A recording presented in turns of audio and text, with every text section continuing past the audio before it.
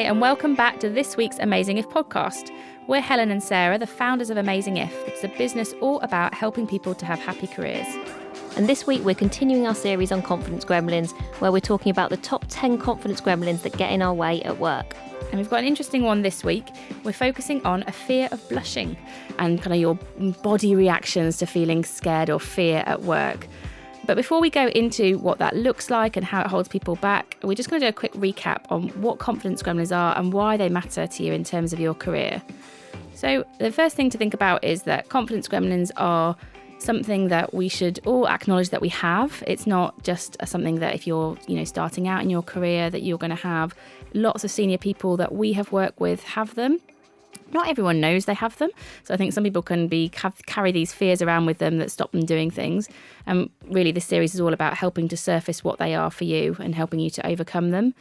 And the reason that they matter is because they get in our way at work. They might stop us from maybe applying for new jobs or putting ourselves in situations that we find scary. And a lot of that can just be based on assumptions, things that we just haven't tested. We might think people think a certain thing about us or that we're going to react in a certain way in a situation, and so we don't do it. And that's really just an assumption, and it can stop us having a happy career and really being at our best at work. And the real trick is having an understanding of what your confidence gremlin is and then taking some small actions to do things about it. And that's exactly what we want to help you with in this series. And so today is all about kind of blushing and body reactions to kind of fear at work that's going to stop you doing things. And I'm going to be talking to Sarah about this one and whether it's kind of got in her way and some of the things that I guess we've both learned to stop this holding you back. So Sarah, blushing, a fear of a confidence gremlin all about blushing. Is it a real thing? Does this hold people back? Well, certainly it has for me. So this is certainly a very personal one today in that I'm definitely somebody who blushes. I get sort of very rosy cheeks and often I can never anticipate it. So I never know when it's going to come. And I suddenly go from being, I'm a relatively pasty individual. Anyone who knows me, very pale skin. And I suddenly go from being very bright white to relatively lobster red in quite a short period of time. And, I've never felt, I think, so self-conscious in my life when it happens. And it often feels like there's very little you can do about it. Like I say, you don't kind of know it's coming. And for loads of people, of course, lots of people don't blush. It's, not even an issue, not even a thing. But lots of us do have physical reactions to things when you're maybe not feeling that confident or you're under a lot of pressure. So this is often a classic one is you see people's hands shake when they're presenting. I see that, that is relatively common. You might get a bit sweaty and get really kind of hot. Some people actually don't necessarily go red in the face, but, their other parts of them, their neck and stuff goes red. Yeah. For some people, they start having like nervous habits, like they're twisting jewellery or twisting their hands. Or they start sort of standing in a certain way, so or walking back and forth on a stage. Yeah, like pacing. So it's not necessarily just about blushing. Certainly, that's one that I've experienced. But it's often about those things where it really throws you off track, and it really then puts a bit of a dent in your confidence. And then often, because you do usually realise you're doing it, then it becomes quite a big thing in your own mind. You really, like, crikey, I've made blushing, a really massive thing in my own mind over the kind of the course of my career. Whereas at some points I would almost just be kind of panicking so much about, I really hope I don't blush in this meeting, that I'd pretty much forget everything else I was ever really meant to be doing. That's what I was going to ask, actually. So how, once you've got this thing, when you said, I don't know when it's going to happen, so how does it actually hold you back? What does it stop you from doing in terms of your career? I think it's often for me in the moment. So it's like you say, because most of these things, sometimes you can anticipate, I'm doing a presentation, my hands sometimes shake, or I know I'm in a pressured situation, I potentially might blush. But often you're not sure, where and when these things are going to arise. And so it's often then in the moment when something like this happens, how you then react and respond to it, because you just feel like it's almost like a spotlight has come down on you. Mm-hmm. And all I think at those points in time is all everyone must be thinking is, she's gone really red. And then it's almost, well, so why do you even care about that? Well, you care because you think, well, does that mean now I don't look as credible? Usually you're there trying to have gravitas and presence and all these things that we all think are important. And I'm thinking, is it possible to be bright red and have all of these things? Probably not. And you do also in your own mind become then quite distracted. Yeah. So often then you probably don't do quite as a good job because you're then worrying so much about the fact that your hands are shaking. Yeah. Or you suddenly notice that you're, twisting your jewellery a lot or whatever it might be. I think sometimes I don't have the blushing one, but sometimes I have a racing heart. It's probably the best way. Yeah. And I'll be waiting. Say I'm going to present on something or talk. And people will be talking around me, and I'm very conscious that it's my turn next. Yeah. And I'll feel my heart go, and I'll almost be concentrating more on how I'm feeling and, okay, get it under control, or you're going to forget your words and all that kind of stuff, and get so caught up in that I'm less aware of the situation, and it probably affects the first couple of minutes. I might be okay once I get into my stride, but actually...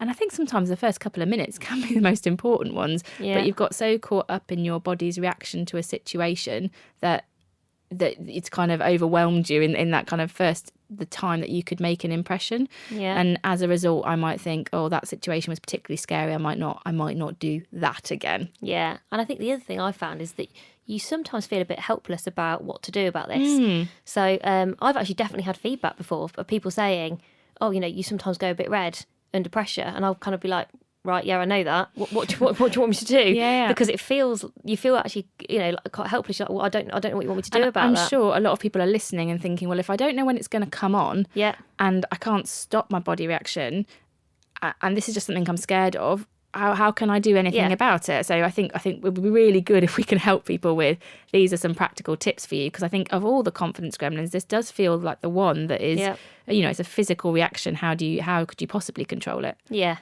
So I think, and like I say, I probably spent the first 6-7 years of my career thinking, this is actually just something I'm going to have to put up with. Yeah. I'm just going to have to hope it doesn't happen too often, try and react a bit better maybe when it does happen. Yeah. And that's sort of all I can do about it. Whereas actually I think with anything, whether it's your hands shaking or you do blush a bit, there are some other things that you can start to think about that certainly have helped me. It doesn't mean that I will never blush. Of course I still blush. It's just something that happens to me. But actually it's a much smaller deal for me than it would have been 3 or 4 years ago. And it holds you back less because of it. Absolutely. Okay. Yeah. So what can help people? What are those tips? Yeah. Like I said, I mean, probably no magic bullet, unfortunately, but there are kind of a few, I guess, more almost tips and tricks that are very useful. I think the first thing, which is something really about kind of mindset and really what you're thinking in your head, is when these things do happen, you are much more distracted by it. You are much more aware of it than everyone else. I promise everybody that that's true, because sometimes I'll feel like, I describe it as being lobster red. Honestly, I've then asked people after a meeting, oh God, did I look really red in that meeting? Half the people will say I didn't even notice. And you're like, what? I felt like I was a lobster. Yeah, I thought I turned bright red. People will say I didn't even notice. Some people might say, oh, you looked a bit hot. Potentially. And also most people don't care. Yeah. Most people genuinely don't really notice and don't really care. And actually some really good advice people have given me a few times now is, sometimes if you are under a lot of pressure and your hands are shaking or you are blushing a bit, or whatever it might be, if people do notice, often what people think is, she must really care, or he really cares about this, and he's clearly under a bit of pressure, or she clearly is under a bit of pressure. And most people can empathise with that. Most people have also been in very similar situations. They might react in different ways, but people are not sitting there judging you and going, oh, this is a disaster because they're sweating a little bit in this meeting. If they have noticed it, they're probably just thinking, oh, I really want them to do well. They're probably urging you to do a really, really great job. And trying to remember that when you're in these kind of situations and when these things do sometimes unexpectedly happen. If I see someone, my hands don't shake when I present, but I see loads of people presenting with shaking hands. I never think, oh, that means they're rubbish at presenting or they're not very good. I just think, A, they're really brave that they're doing it in the first place, because clearly it's probably not their first choice of things they'd want to do. Yeah. They're obviously a little bit nervous. I hope they do really well. And then probably I'm inanely grinning at them to really try and encourage them, which is probably also really distracting. But, I'm sort of trying to be very supportive. So my reaction to somebody with having their hands shake are all very positive things. And so then I try to remember that about, the occasional time now where I might get a bit, flush and think, actually, people are probably not thinking bad things. Yeah. And if you think that, you kind of recover a bit quicker, I think. You've reminded me of a situation. I used to work for BP, as you know, and there was a particular meeting. And of all the presentations and things I've done, it's not the biggest one. I think there was maybe, 50, 60 people in the room. And I, for whatever reason, that day, I felt nervous. And I think it might have been a combination of, I think I hadn't had a drink or hadn't had something to eat or something like that beforehand. And I think maybe the like anxiety or nervous kind of anticipation and the fact that maybe I hadn't had breakfast or whatever it was and the situation. I remember feeling really, really faint and thinking, oh my gosh, I'm going to faint. I remember thinking, I don't really faint. I remember thinking I'm going to faint in this situation. And they're all looking at me and they think I'm going to faint. and my saviour was, there was like a lectern in the room that had a bottle of water on it. And I rarely take water around with me, but there just happened to be one that day because I think the room was prepared for it. And I remember just saying, I'm just going to take a moment. And I just had like a sip of the water. And I think in doing that, I'd given myself a break. I calmed down, created a bit of distance from this reaction that I was having. And I was able to continue. And whilst I probably didn't feel as brilliant as I might normally feel for the rest of that session, I kind of got through it. And then I asked people afterwards, and they had no idea that I'd been feeling like that. And so no one had thought I was going to faint. But I think that was, a really good example for me of the things that you're talking about. A lot of this is in your mind, and it's never as bad as you think the other people are thinking. And actually, if you're aware that you are in it, maybe your hands are shaking, maybe you are feeling faint, maybe you are going red, maybe just give yourself a moment, and whether that's a sip of water or just a pause, or maybe ask people a question. So what do you think about that? Just give yourself a little bit of distance between the situation and your reaction, and then try again. Yeah. You might not overcome it, but you might not just get so caught up in how you're feeling about it at that time. Yeah, and I think another practical one, which sometimes sounds ridiculous but genuinely is really helpful, is breathing. I think you sort of often forget to breathe properly, especially when you are under a little bit of pressure or you're a bit nervous, which is often when these things do happen. Somebody said to me once, taking even a couple of deep breaths, because actually you don't take really deep breaths that often. Yeah. Taking a couple of deep breaths, just the actual act of doing it. Secondly, you're kind of filling up your lungs. It makes you often kind of sit up straight, stand up straight. It genuinely has a calming effect on you, on your brain. It just slows you down a little bit. And it often just gives you that tiny moment of perspective, helps you to be a bit pragmatic and think, okay, might be a bit nerve-wracking, this situation, but it'll probably be okay. Yeah. And actually, I know there's actually quite a lot of research into, if you have the time, the impact of 10 deep breaths particularly. So if you are nervous about things like presenting, or if you're going into a room, if you can keep 15 minutes in your diary beforehand so that you can, prepare, get yourself a bottle of water. Water is a really good one. In the moment then, I was thinking, I'm not sure. 10 deep breaths in the moment is quite a long time, isn't it? Like, I'm not sure that midway through a presentation when my heart's palpitating that we're doing 10 beforehand. Beforehand. And I think, before these situations, if you can, don't run from a meeting into another one without taking time to get some water, a couple of deep breaths outside the room, making sure you're sort of organised. Because I think there are some kind of preventative things that you can do, because you are much more likely to shake or blush and stuff if you haven't spent that 10 minutes beforehand just, like you say, having something to eat if you've not had time to eat that day. Absolutely. It can often be really stupid things that sort of throw you off kilter. And like I say, these things don't tend to happen that often. So just putting in that bit of prep time, and when I say a bit, I'm not talking about hours, I'm talking about 10, 15 minutes. Yeah. Actually, again, just helps you to be ready and prepared.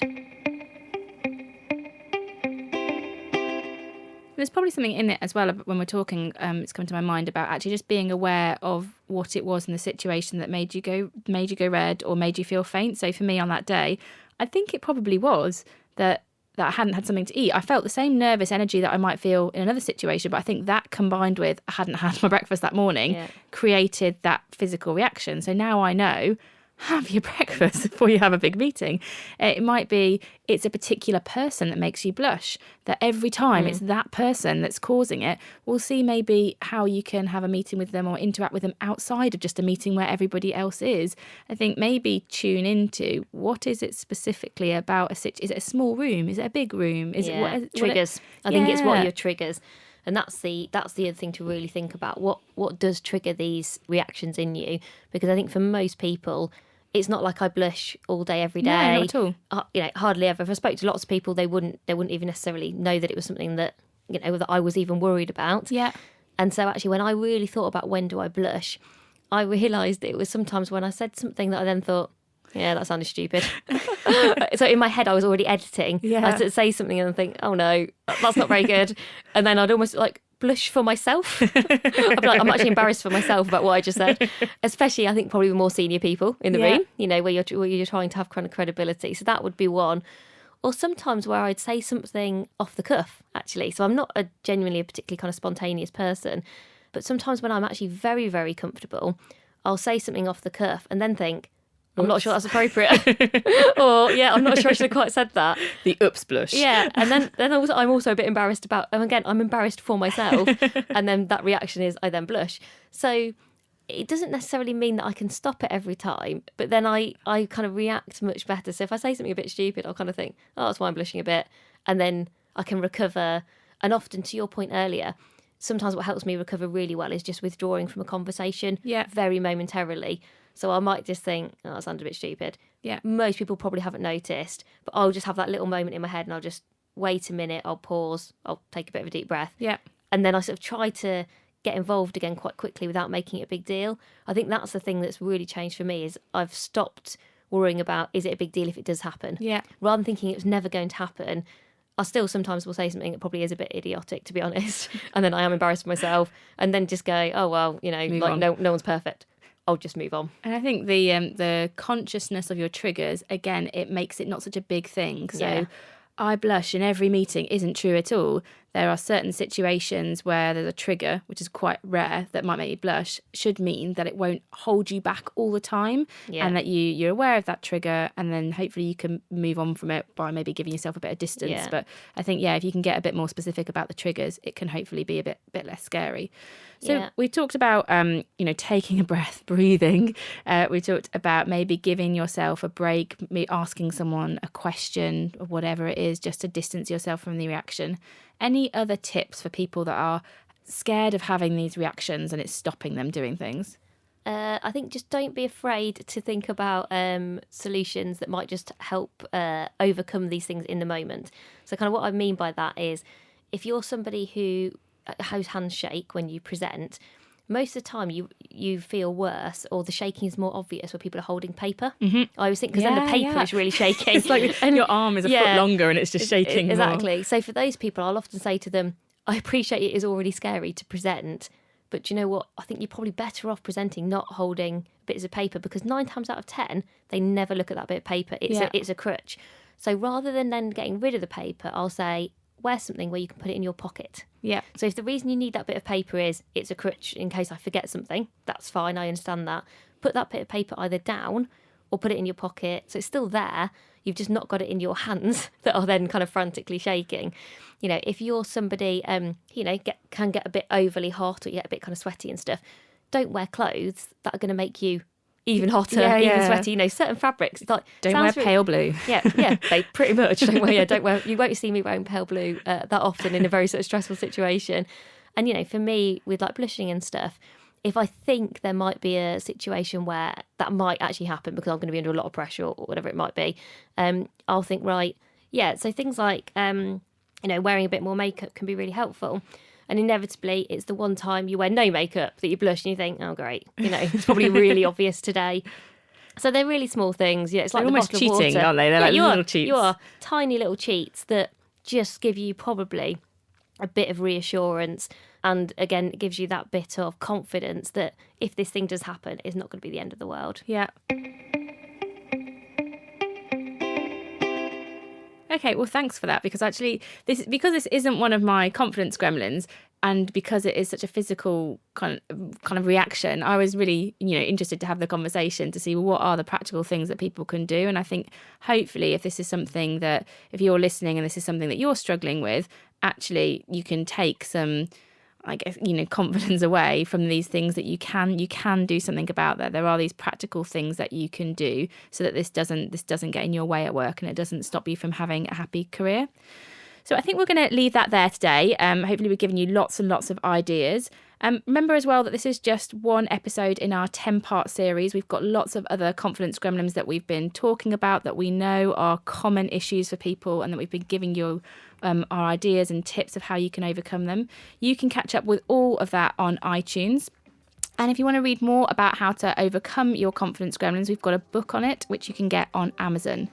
We also love to hear from you, whether it's kind of feedback on confidence gremlins, any ideas you've got about how to overcome them, or even ideas for future podcasts for us. You can get in touch with us on Twitter at amazing_if. And that's everything for now. So until next time, goodbye.